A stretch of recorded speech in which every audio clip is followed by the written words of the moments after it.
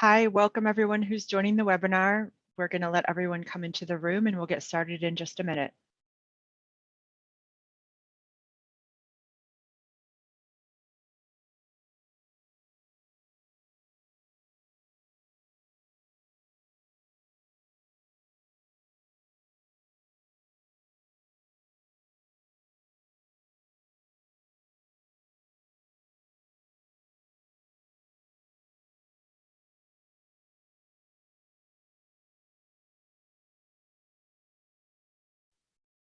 Welcome to everyone who's coming into the webinar. We're going to get started in just a minute.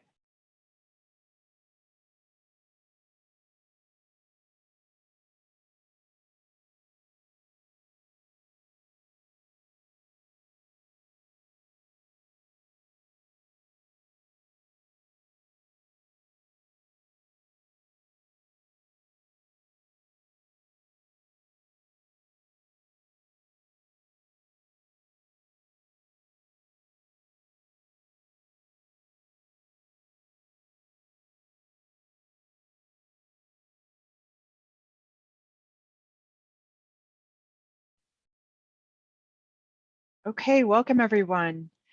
I am Audrey Wenning, the Director of Transportation for the Metropolitan Planning Council. MPC is an independent nonprofit organization that works to advance the sustainability, equity, and prosperity of the greater Chicago region. We're so thrilled to have all of you joining us here today, and we thank HDR for being the generous sponsor of this work. HDR specializes in engineering, architecture, environmental, and construction services. To make sure we can all engage easily, I want to go over a few housekeeping points briefly. We've enabled the chat and Q&A functions here on Zoom. You can find them both in the bottom portion of your screen. We ask that you use the chat box throughout the session to share your thoughts with us or to get my attention about something. And then we ask you to use the Q&A function to post any questions so that we can easily access them. Here's what you can expect today. I'm going to give a brief framing, few comments, and then we'll hear some welcoming remarks from Alderperson Abby Beck of Batavia. Then we'll hear from 4 excellent panelists about how they've been funding and implementing bicycle and pedestrian infrastructure. After that, I'll ask a few initial questions, and then I'll open up the floor for live questions from you all in the audience. So please be sharing your questions with us in the Q&A function throughout the event to make sure your question gets asked. The event also features live closed captioning, so you can click closed captions here in Zoom to turn them on and off. And we'll also note that this event is being recorded, so we will share a link of the recording and resources in a follow-up email. Before we get started with our speakers, I wanted to take a moment to frame our conversation. The concept for our event series is implementation of the Metropolitan Mayor's Caucus Regional Climate Action Plan. This plan gives specific recommendations for how communities can take action on a range of activities within their municipalities. Specifically, this series focuses on how communities can benefit the climate by reducing the amount of driving needed through making community investments that support biking, walking, and transit. And today, we are specifically here to talk about funding. Several recent developments are infusing a lot of money into our transportation system. And it's up to all of us to ensure that funding gets spent so we are making the system more affordable, sustainable, safe, and connected. We've underinvested in our most basic and climate-friendly modes of transportation for way too long. Now is the time to prioritize biking and walking and local transportation programs. If ever there was a time to do so, it's now, when we have a climate crisis. Transportation is the #1 cause of greenhouse gas emissions, and we need to prioritize zero emission modes like biking and walking now. The average cost of a new car is $47,000. That's more than half the median income in our region. Gas prices have surged and people are really struggling to get around. We need to give people more affordable transportation options. Walking is free, biking is free, and both of these help access transit, which is a lot less expensive than driving. And then third, I'll point out, unfortunately, the traffic safety crisis we're experiencing. In the past 5 years, Illinois pedestrian fatalities are up 46%, and bicyclist fatalities are up 34%. In just the past year, both pedestrian and bicycle fatalities were up 22%. It's obvious we need more and better infrastructure for biking and walking. The good news is now there are some resources to do that. The bipartisan infrastructure law is making more money available to municipalities and counties. The Illinois DOT reported in January that there's 27% more federal funding allotments as a result of the new federal law. Rebuild Illinois was passed in 2019, doubling the state gas tax, and half of MFT goes to local jurisdictions. These funds are very flexible. They're not only for roads. Municipalities and counties are explicitly allowed to spend these funds on bicycle and pedestrian infrastructure. We're going to drop a link to an IDOT resource in the chat. And then I also want to highlight that counties are explicitly allowed to do so as well. Last year, a law was passed by the Illinois legislature explicitly clarifying that motor fuel tax can be spent by counties in northeastern Illinois on bicycle and pedestrian infrastructure. So I'll wrap up by saying the point is that if we continue to prioritize road building, we're locking ourselves into ever more expensive transportation that we need to maintain, that we will make the climate and traffic safety crises worse.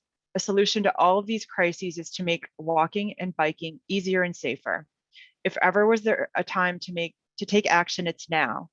And the best part is we now have resources to do it. It's just all about the way we prioritize those resources. So with that, I will turn the mic over to the 5th Ward alderperson in the city of Batavia, Illinois. Abby received a master's in environmental science from the University of Nevada in Las Vegas, where she focused her research on the balance between urban sustainability and the quality of life. After graduation, she moved back to her hometown of Batavia and began volunteering with the Batavia Environmental Commission and Well Batavia Initiative to advocate for better walking and biking infrastructure. She participated in the Active Transportation Alliance's Bike Walk Every Town trainings in 2017 and the America Walks Walking College Fellowship in 2018. These experiences gave her a foundation in planning and policy and a strong determination to make a deeper impact. Now she's serving her first term as 5th Ward Alderman and has successfully advocated for various improvements in Batavia. When not biking or walking, she's hiking or paddling with the Conservation Foundation as their Senior Advancement Officer. So welcome, Alderperson Beck, and we're so excited to hear from you. Thank you so much, Audrey. It's such an honor to be included on this list of people here today among the organizations and leaders that I admire so much for your work advancing walkability and bikeability. When I tell people that I ran for city council to advocate for walking, I am met with some understandably funny looks. Walking doesn't seem to be the hot pressing issue that gets most people fired up to go door knocking. But when people ask me why it's important or why their city leadership should care, this is what I say. I argue that walkability and bikeability are very accurate proxy measures for 3 very important goals that municipal governments should be caring about: the pursuit of social equity, environmental sustainability, and economic resilience.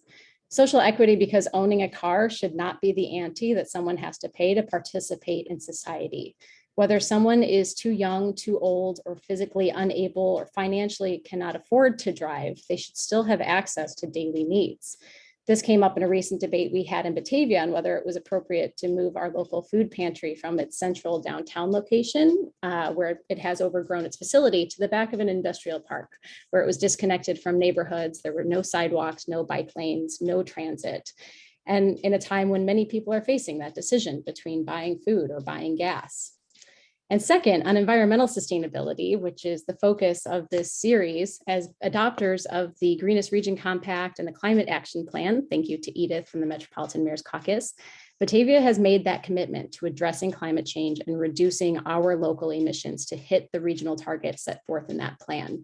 The only way we can achieve those goals, as Audrey mentioned, is that we have to be able to provide options for our residents to get out of their cars and to make active transportation safe and a feasible alternative to getting in their cars. And finally, on economic resilience, Right now, too large a portion of our municipal budget, I can say, is going towards the construction, the maintenance, and the safety enforcement on our roadways. And we're not generating enough tax revenue on those roads to cover those costs. As leaders, we are the stewards of our tax dollars, and we are the stewards of the land between our boundaries. And so it's our charge to make really efficient and productive use of both. In Batavia, we just removed parking minimums downtown, which was a good step forward to creating the space necessary to make better use, better tax generating use in our downtown, create the density necessary to create vibrancy and accessibility and a business district that can actually serve people's daily needs, that people want to live nearby.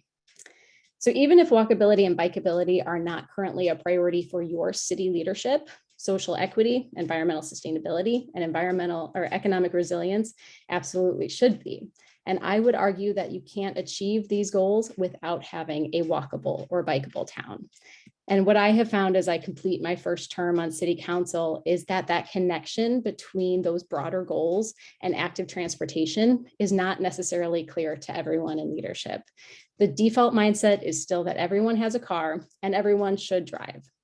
So the first step as city leaders is to understand that connection, to make that really clear, to change that default mindset, and then reinforce it with every discussion, with every decision about every development in your city.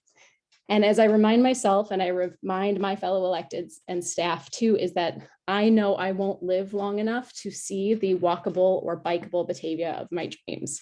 But we will never get to that vision if we don't start making those small changes today, changing the conversation today, and start making the investments now. So I'm so excited for this panel to understand the investment potential that is out there.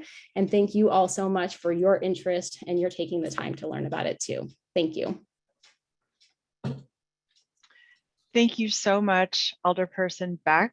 That was just fantastic. And now I'm so pleased to introduce our next speaker, Lindsay Bailey. Lindsay is a senior planner at the Chicago Metropolitan Agency for Planning. She focuses on equitable transportation and parking policy. She's managed a variety of community planning projects, from an award-winning downtown master plan for Illinois' second largest city to UIC's multimodal transportation plan, as well as local active transportation plans and parking management studies. In addition to her work at CMAP, she's the co-founder of the Parking Reform Network, and she also has served as the co-chair of the Chicagoland Complete Streets Coalition and on various local transportation committees. She has a Master's of Science degree in GIS and has also achieved a urban and regional planning degree from the University of Illinois at Urbana-Champaign. So welcome, Lindsay. Thank you, Audrey, for that introduction. I'm going to be speaking, I guess my slides should be coming up. I'm going to speak to CMAP's role and about CMAP and some of the federal funds available through the new Bipartisan Infrastructure Bill, or IIJA. And next slide. For those who don't know CMAP, we are the federally designated planning organization for the 7-county region of northeastern Illinois. And in that capacity, CMAP is charged with developing a long-range comprehensive plan, which is called Onto 2050, and as well as prioritizing and programming federal transportation dollars. Next. So as it relates, I think the slide hasn't changed yet, but thanks. As it relates to the new federal infrastructure law, CMAP is evaluating the legislation and policies for the changes that will and how they will impact our core programs. And we are also preparing for new eligibilities and increased funding for our programs. And in that capacity, we are working with our state and federal partners to implement the new guidance. And we expect our kickoff for the call for projects and transportation to kick off in January of 2023. And it's a little hard to see on my slide. I got a little messed up, but we also are looking at how we can coordinate and prioritize all these opportunities as a cohesive region. Next slide. So I included this one because it's still even confusing to me of how the money gets from the feds to our programs. And so very broadly, after the legislation authorizes those federal dollars, they go to IDOT. And then we get a predetermined percentage, which is 45%, that comes to CMAP, and that goes to our various programs that we run, including the Surface Transportation Program, Congestion Mitigation, Air Quality, and the Transportation Alternatives Program, and then our general planning. Next slide. Illinois is estimated to see funding increases of around 30% over the life of the new bill. In this table that I've got up here, the blue programs are those that CMAP manages, and the green ones highlight the funding that goes to the state and that the state programs out. Next slide, so you can just see the changes. So we have used that time since the bill passed in November to be funded in mid-March to really review how our formula programs that we administer around in the region will be impacted. For the CMAC program, we saw eligibility clarified around things like micromobility or bike share, and for purchasing zero emission vehicles and infrastructure. TAP will see its project eligibility explicitly expanded to emphasize safety projects that address vulnerable road users and allows for use of the state's formula safety funds, that is the HSIP, as a local match up to 100%. I think that's super exciting and very important. And then additionally, the STVG, Surface Transportation Block Grant, has some expanded eligibility. So we're just continuing to keep a close eye on the guidance for all these programs as they continue to be released. Next slide. There are a bunch of other programs. They're a little less directly related to bike and ped funding. I just wanted to mention there was the carbon reduction program. It is kind of like a CMAC 2.0, and Illinois is expected to see about 43 million in the first year. And as the MPO, we will be required to work with the state to develop a carbon reduction strategy by November of 2023. And that should include projects and strategies that support that reduction in emissions. There's also a large program for resilience and another for developing that EV network. Next slide. As I mentioned, our region is going to be competing nationally for new funding in IIJA for multimodal projects, bridges, freight, bike ped, EV charging, ADA, resilience, reconnecting communities. And it's super important that we get that regional alignment and coordination across municipalities and agencies so that we can get that funding. Next slide. But the one that I want to talk about now is the Safe Streets and Roads for All grant. And that will be $1 billion per year over 5 years. And 40% of that will be going to the development of safety action plans, and 60% will be going to implementation of those plans. And CMAP is preparing an application this year for planning work to develop safety action plans. There's an emphasis on equity and multi-jurisdictional collaboration. So to emphasize that importance of collaboration, we don't want multiple jurisdictions applying for the same funding. So we are encouraging communities to apply for the pocket or the bucket of money for implementation. But if you are interested in applying for safety action plan development, please reach out to us. You can do it through me and I'll connect you to the right people so that we can coordinate and help build a stronger application. Next slide. So overall, to wrap up all that I've said, CMAP's role in making this implementation of this bill successful in Illinois is really to provide support and leadership to get the region on the same page so that we're not leaving money on the table.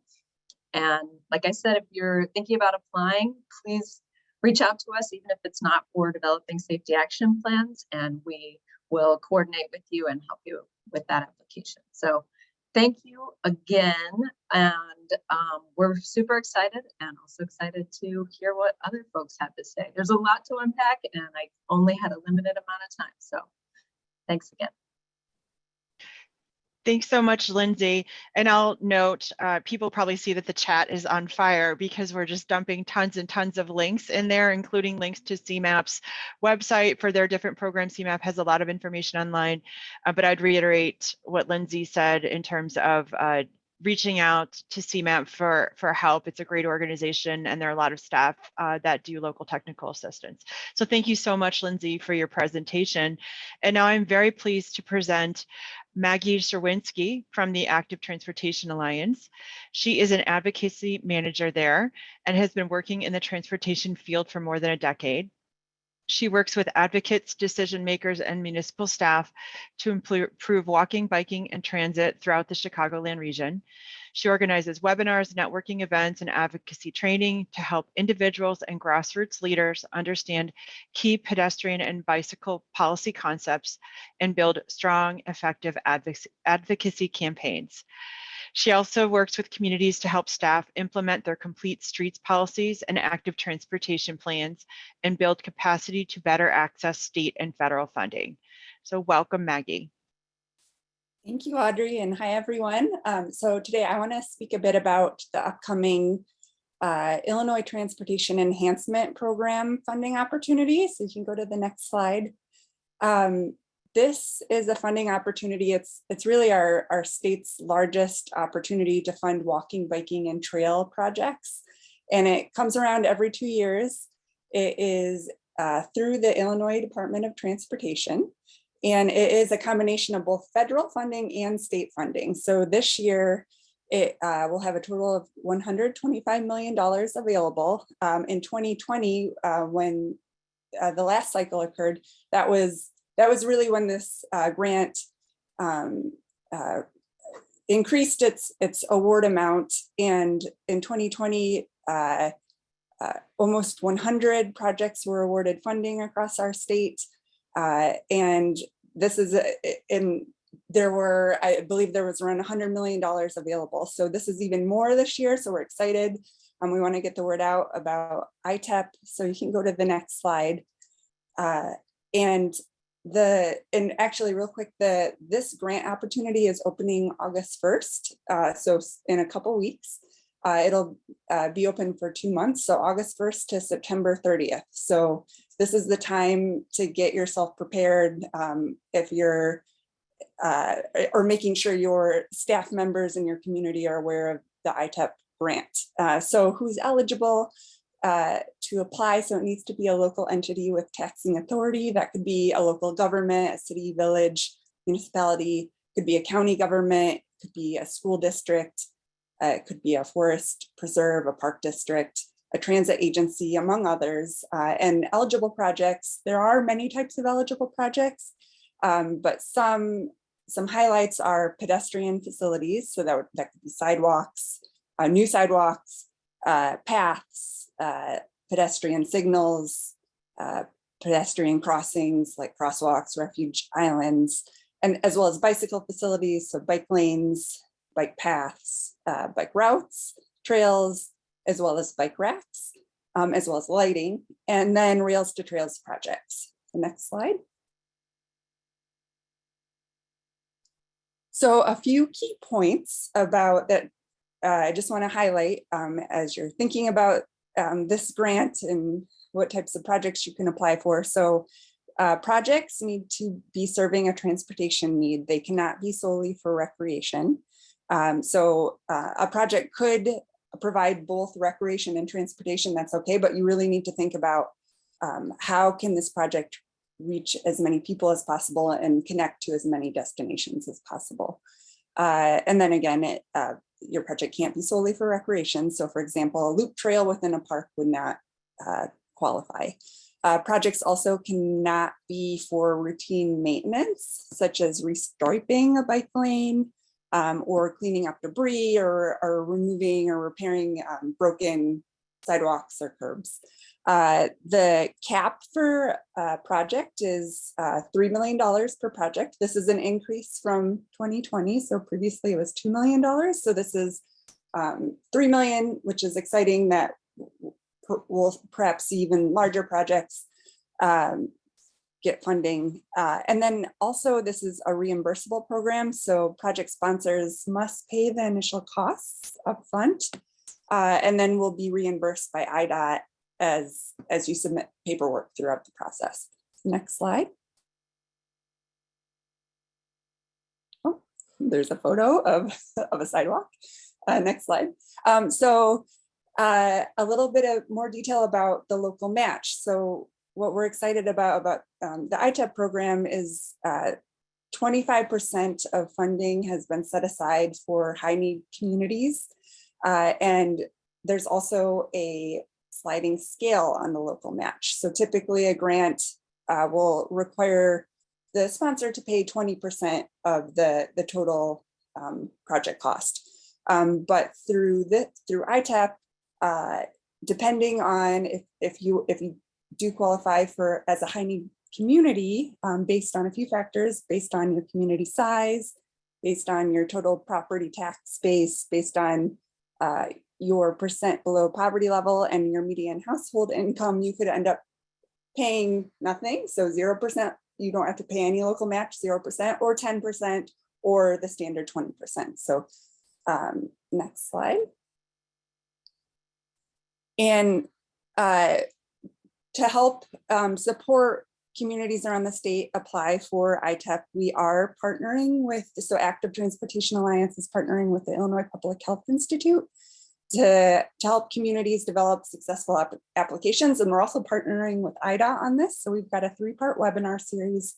The first webinar is July 20th, so next Wednesday at 9:30 in the morning. And we'll be digging into the basics of Itep and giving you some tips, best practices, and as well as information about scoring and other components of the grant. We have a lot of resources on a website, activetrans.org/Itep from the 22 grant cycle when we first started hosting these webinars. And there's a long FAQ. That the grant program is very similar this year as it was to 2020. So if you want to get started now, check out that website.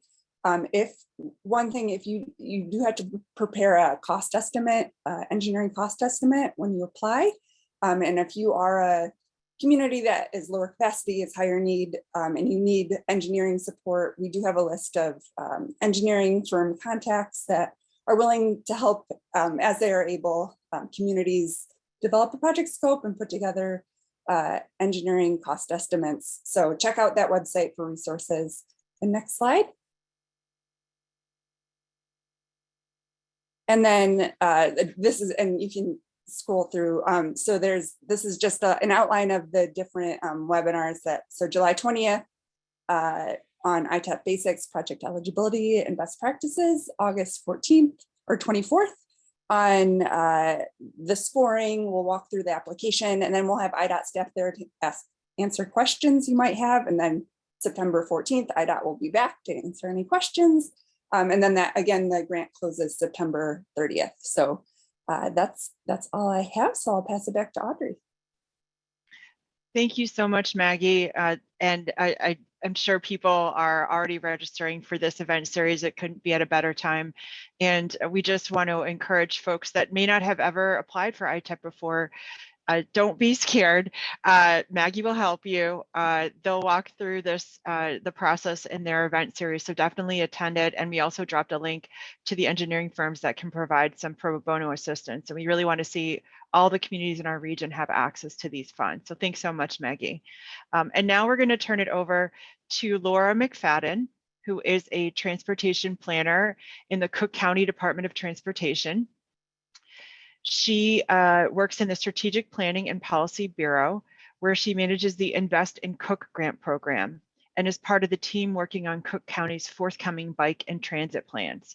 She also works with the programming team to make the department's annual budget and multi-year capital improvement program, and does a little dabbling in GIS as well.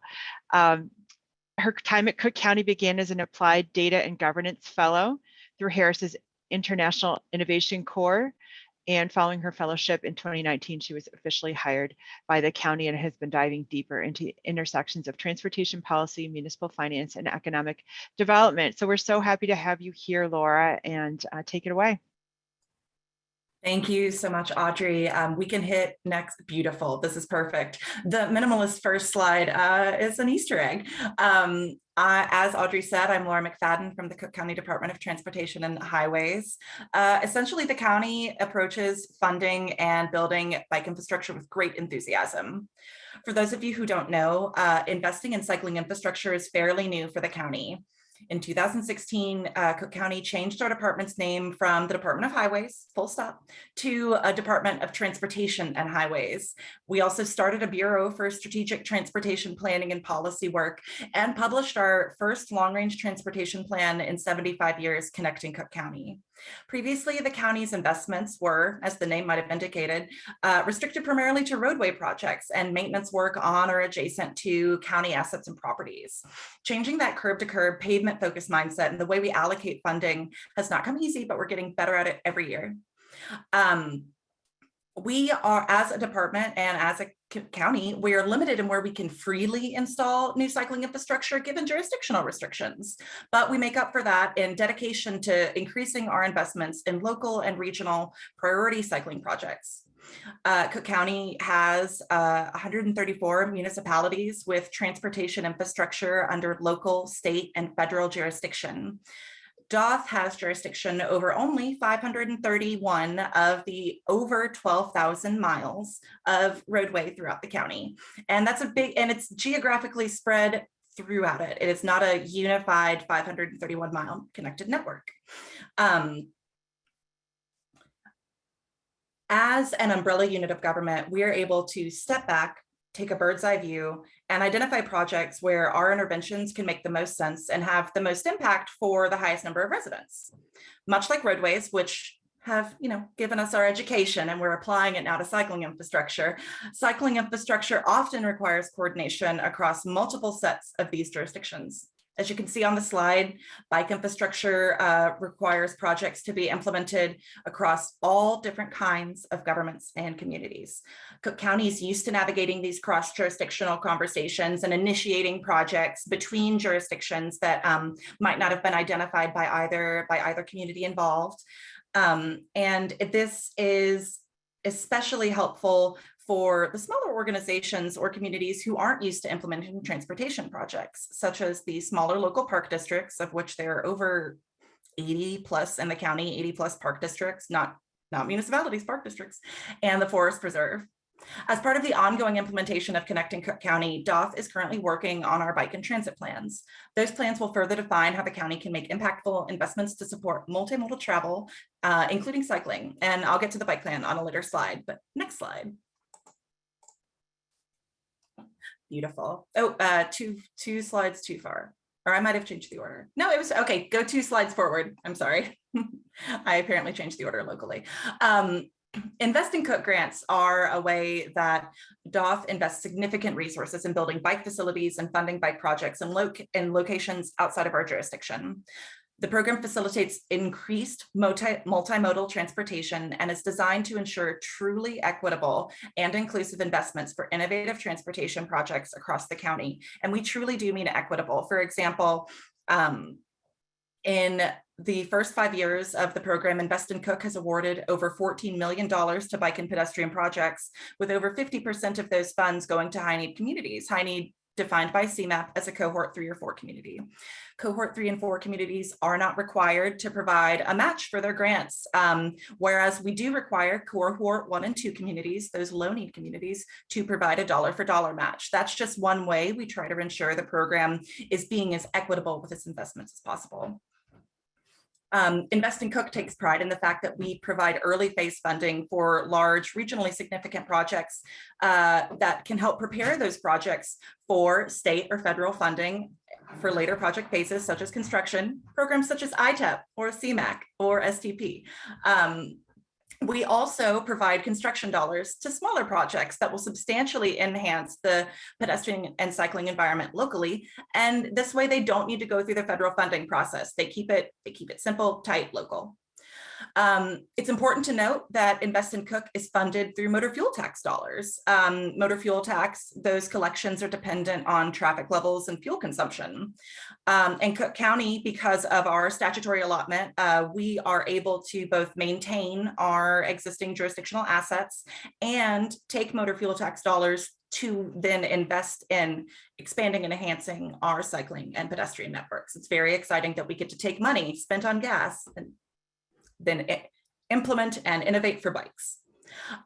Through this program, DOF also provides enhanced financial and staff assistance on local projects that have tremendous merit or potential, but might otherwise stall due to a lack of local match or local staff resources. An example of this would be the Burnham Multimodal Connector. This project requires coordination with multiple railroad companies, the City of Chicago, the Village of Burnham, and the South Suburban Mayors and Managers Association. And together, the project is able to move forward because of that coordination. You do not need to be a transportation department or local government to access Invest in Cook funds. We have given grants to nonprofit and advocacy organizations, including in 2019 and 2021, awards to Active Trans to support their Lake Calumet and Des Plaines River area cycling feasibility studies, and a 2021 award to the Friends of Big Marsh for an area feasibility study to improve cycling in the Lake Calumet area. And now next slide, sorry.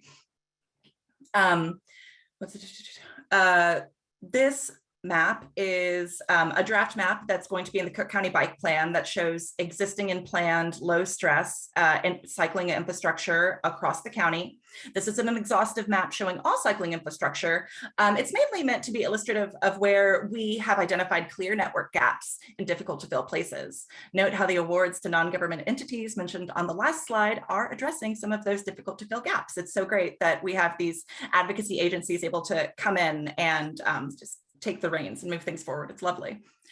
We've really worked hard to diversify how the county thinks about transportation. We're committed to building and maintaining a world-class multimodal transportation network, and our investments in cycling and transit and pedestrian infrastructure and projects are reflective of that. We're currently finishing up the Cook County Bike Plan, which will further define how we can continue to transform the existing transportation system to increase both bike ridership and safety for cyclists by identifying the most useful and most impactful investments. The Bike Plan will help direct funds to projects that implement three key goals. The first, we want to make sure that there is a fully connected, viable, everyday cycling network throughout the county that allows people to commute to and from work, to and from the store. Additionally, we want to facilitate a fully connected, low stress network throughout the county that will provide just like separated and safe connections between places where people want to go. And then we also, through the Bike Plan, we want to significantly invest, through projects identified in the Bike Plan, we want to significantly invest resources in communities of color to address issues of historic disinvestment. This not only includes cycling projects, but also pedestrian safety projects. We will continue to use our resources to advance local agency and cycling advocate priorities and support local improvements. This can include, as I said, supplying a portion of a local match needed for a grant that will be in support of a high impact regional cycling project, such as the Skokie Valley Trail. We can support through writing grants on behalf of municipalities, and we can also just ensure that with our investments, we are working to expand the cycling network and not expand other roadway networks. And I can hand it back to the wonderful people at MPC. Thank you so much, Laura. And I will also give kudos to Cook County with your bicycle plan and with the engagement that you've taken on in terms of trying to bring communities together with your kind of regional view. So now so thank you so much. And now I'm so excited to introduce Laura Newman, the city administrator for the city of Batavia. She was appointed in 2016 and enjoys serving the community where she lives by continuing the city's positive growth and bringing fresh new ideas from her experience as a manager, lawyer, and executive in the private sector. She formerly was a senior executive with Mituto America Corp in Aurora and has been an attorney in private practice, specializing in employment law for both the public and private sector. So it's great that she's bringing that skill set to her role as city administrator. So welcome, Laura. Thank you very much, Audrey. And I'm really honored to be on this panel of experts in transportation. Although I'm not an expert in transportation and I'm not an expert in grants and funding, I live in a community where we have been blessed with visionary leaders who have made a commitment and are very obviously, listening to Abby, very passionate about improving biking and pedestrian experience in the city of Batavia. So I look forward to sharing some of the projects that we have worked on through the years and the strategies that we have used to fund those improvements to our community. Next slide. Going back to 1998, this is kind of digging way back into the past, but it is a project that our community is incredibly proud of. In 1998, through the efforts, it was basically an effort on the behalf of some very passionate, motivated individuals in our community who sought volunteers in order to have the labor to build this, to seek donations of materials and donations of contractor time to pull this off. With very little government funding. And it is a central part of our community where most of our major events are held. It includes a pathway around this area, which is known as the Depot Pond, which is a little inlet off of the Fox River. It includes a beautiful walk around a peninsula that shows the most beautiful scenes of the river in Batavia, and a beautiful gazebo that is the site of many, many photographs encapsulating important times in people's lives. So it's just to show what can be done by a very motivated group of individual volunteers. And it was built over a period of 6 years. Next slide. In 1999, the city was able to, with the help of state and local funding of about $1.7 million in grants, build this beautiful walking bridge over our river. Up to that point, it was, just the sidewalks that lined a road bridge over our river. And being able to build this afforded us the opportunity for our residents to more appreciate the wonderful natural feature that we have running through the center of our city that we're so fortunate to have the Fox River there.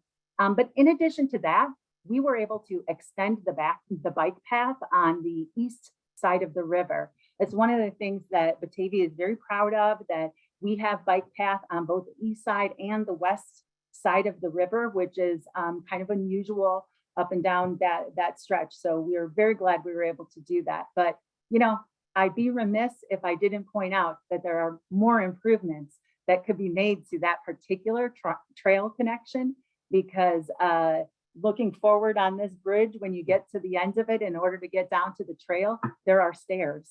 And so that is definitely a project, something that we will be looking at to improve in the future in partnership with the park district that actually owns the lands. Next slide. The next slide is a very unique feature, which is located in our downtown, a Dutch style street design, which is called a wooner. It uses a layout that combines pedestrian, bicycle, and motor traffic all in the same area, where the street goes right to the face of the building. It causes everyone to slow down and be cautious of one another as they travel through this area. The building of this took place between 2012 and 2013. And I'd like to point it out as a successful use of TIF funding. So by incentivizing development, we were able to utilize the increments that was created from that project in order to fund several areas of improvement on our main thoroughfares to address pedestrian and bicycle issues. This area of our community, again, we consider this to be our entertainment district. During COVID, we closed this particular portion of road, and our restaurants have been able to utilize that area for additional outdoor seating. But it is also the site of our fantastic farmers market throughout the summer and early fall months, where thousands of people come to gather each weekend. So we're really proud of the winner. Next slide. We also have a strong commitment to improving the sidewalk network that is throughout our community.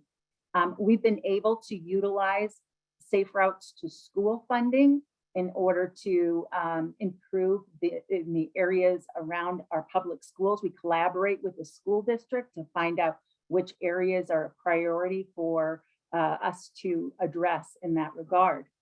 Another way that we address gaps in our sidewalk network is that the City Council has dedicated $100,000 per year in general fund money to improve our sidewalk network.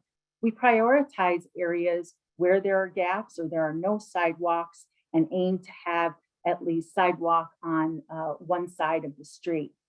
One thing I meant to mention on this slide and I didn't was that we also apply for community development block grant funding through Kane County and have several times been recipients of grant funding to address gaps in transportation in our low to moderate income areas of our community, which helps us to address equity in these types of improvements as well.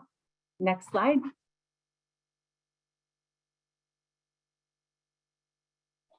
And also from a policy standpoint, we require developers to make connections to the regional paths within our community. We also require any new development, whether or not their sidewalk exists on adjacent properties, for them to either put sidewalk in because we plan there to be a sidewalk network there in the future, or in some cases, we will allow them to make payments in lieu so that we can fund sidewalk projects elsewhere in the community where that might be needed.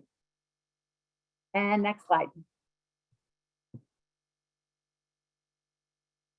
And lastly, I'd just like to bring up a few other projects that the city of Batavia is working on to improve bicycling and walking in our community. Right now, we're proposing a road diet for Illinois State Route 31, which is a 4-lane highway with no shoulder. And to be able to turn that into a 3-lane road would offer us the opportunity for more safer crossings for pedestrians and bicyclists, the opportunity for areas of refuge. We're updating our bike plan, and we thank the expert advice that we're receiving from the Active Transportation Alliance. Thank you very much, Maggie, for your help on that project. And we're seeking funding for a tunnel undercrossing of Randall Road at Main Street, which would represent a multi-jurisdictional project with Kane County. Batavia is part of a regional bike share system that has been in place for the last 3 years. And then also we utilize the Complete Streets design for road construction projects in this area. But I think the most important thing for City of Batavia is having the support of passionate and visionary elected officials like Abby Beck, pictured here on the right, on a recent crosstown ride that we undertook in order to identify difficult areas to bike in our community. And she has done a tremendous job of making the logical connection, as she stated in her presentation, to show the by making a commitment to improving biking and walking improves equity, it has an impact on our environment, and it has an impact on our economic vitality. So the city of Batavia strives to be thought leaders in this area. Cannot understate the importance of collaboration with other organizations and other jurisdictions to accomplish the goals. And then finally, to get the commitment and engagement from our residents and involve them in these projects. I thank you for the opportunity to present the information to you today. Thanks so much, Laura. Batavia is such a fantastic example from top to bottom. And I was just out there a few weeks ago and had lunch in the Wonarf, and it was just wonderful. So now we're going to bring everyone back from the panel on screen and power through a few questions. We've got a few minutes, and I want to just, I'm going to start with asking, and so we'll try to keep answers tight. Cook County, so you've showed such great leadership, Laura, with your Invest in Cook program at the county level. What advice would you have for other counties that might be considering standing up a program like this? Yes, so I think that a key part of that would be looking where you're investing your transportation allocated dollars right now and seeing if there's space to set aside, even if you're starting on a smaller level, like $1 million per year, $150,000 per year for local impact transportation projects in your county or community. Cook County is in a unique position when it comes to motor fuel tax dollars because of how they're statutorily allocated. And so we are able to fully meet our maintenance responsibilities while reprogramming dollars toward Invest in Cook to do new projects. I would love for any county that is interested in talking about their own, like Invest in Kane or McHenry, et cetera. Please feel free to reach out and discuss it. Because Cook County is always looking to create cross-county connections with other units of government to improve cycling infrastructure in the region. So making sure, at the end of the day, make sure you can meet your maintenance responsibilities because that's what your residents are going to demand vocally, while also reprogramming dollars where you may, stopping expansion projects and maybe refocusing those roadway expansion type projects toward cycling network expansion type projects. Great, thanks so much, Laura. And then just maybe a technical question that maybe either for anyone, what does a local government have to do to use grant funding effectively? Like, how hard is it to get and use money?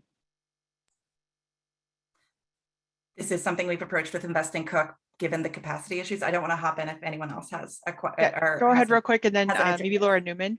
Beautiful. When it comes to that, I think being incredibly communicative, at least from the county to the local municipality, and making sure we're communicating and that there aren't gaps in need that aren't being addressed, because sometimes those gaps in need can prevent projects from being fully implemented. Sorry. I would just say that we are constantly on the lookout for opportunities for funding, and being part of organizations like CMAP really helps a lot, or also National League of Cities. We're signed up for a listserv with them with regard to the federal funding that's out there right now, and receive a lot of help in that regard. And then within our engineering staff, we have quite a bit of knowledge of access to funding sources. Great, thanks so much. And now I'm going to answer a few questions that have come in through the Q&A and the chat. There's one that I'm just going to answer myself. It's a question about whether there is a plan for collaboration on the new Reconnecting Communities pilot program through the USDOT. And we, the Metropolitan Planning Council is actually convening an advisory committee, including Lindsay, including representative from Cook County, and including City of Chicago members, as well as community members. And we are gathering input from community members. I think we're going to drop into the chat a link to a website where folks who want to learn about this program and have ideas for projects can drop ideas. So please do that and please share that. That's open for the next month. So yes, there are conversations right now going on to try to coordinate so that we, the region submits, one really competitive application with consensus, and that's what CMAP's also trying to do to help build consensus among communities for these federal applications.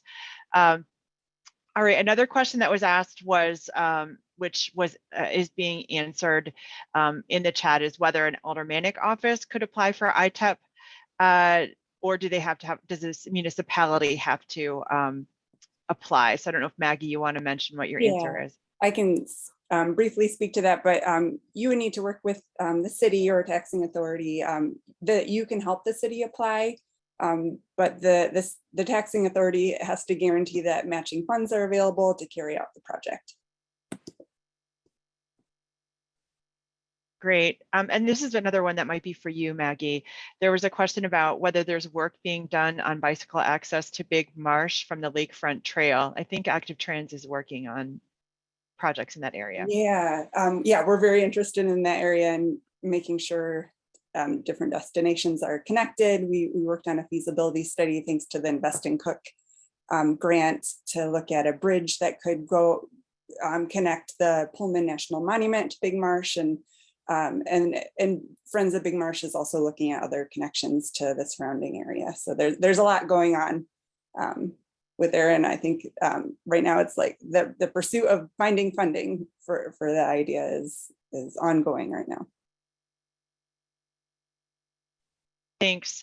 There's a question about whether any of your jurisdictions consider funding from non-DOT federal agencies like Health and Human Services, Labor, Economic Development. Could they be, they all have transportation needs too in their own ways. Have they ever been brought in to contribute to transportation projects that you're aware of?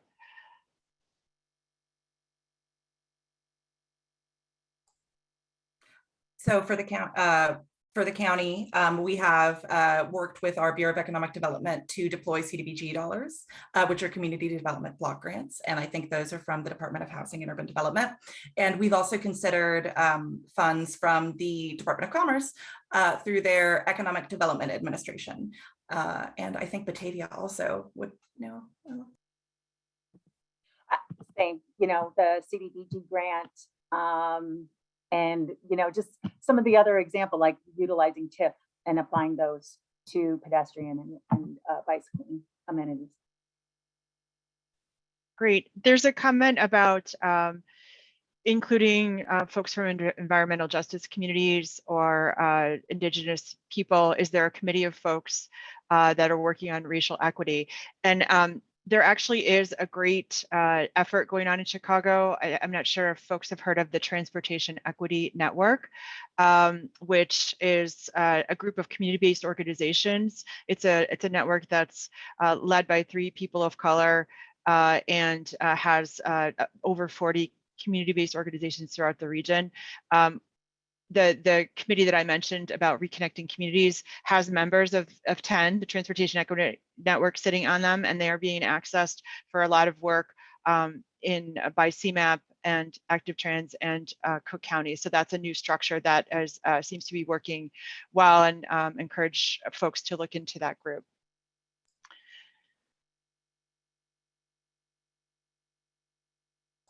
I'd also say Cook County, with our bike plan, we've been really active about making sure we reach communities of color, as Audrey said earlier.